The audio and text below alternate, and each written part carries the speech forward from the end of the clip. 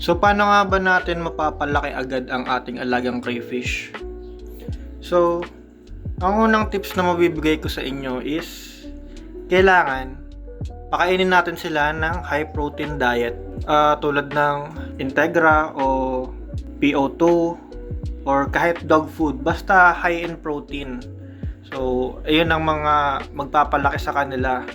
Kasi syempre, kung parang tao lang din yan, pag nagpapalaki tayo is kailangan natin ng protein. So, nag-a-apply rin yun sa ating alagang crayfish. Ito, pinapakain ko siya ng chicken. At paubos na to. Madilim kasi, gabi na, kaya ayan. And second tip is, kapag nagpapakain, okay lang naman na 3 times a day natin silang pakainin para mabilis silang lumaki. Kahit ano pinapakain ko sa kanila, gulay, karne, or pellets, like yung gamit ko PO2. So baka baka mapollute yung tubig agad. So okay lang naman magpakain ng 3 times a day basta masipag din kayong magpalit ng tubig. So ayun yung third tip ko. Maganda yung nagpapalit tayo ng tubig every 1 or 2 weeks para ma-encourage natin silang mag-molt. Kasi kapag nag-molt sila, ibig sabihin nun ay lumalaki sila. As you can see, dahil nga nagpalit ako ng tubig, actually kakapalit ko lang ng tubig kahapon. Totoo nga talaga na kapag nag-water change ka is na-encourage silang mag-molt. So ayan, nag-molt na siya. So meaning, lumalaki na siya. And wag nyo na rin tatanggalin yan dahil kakainin din naman nila yan.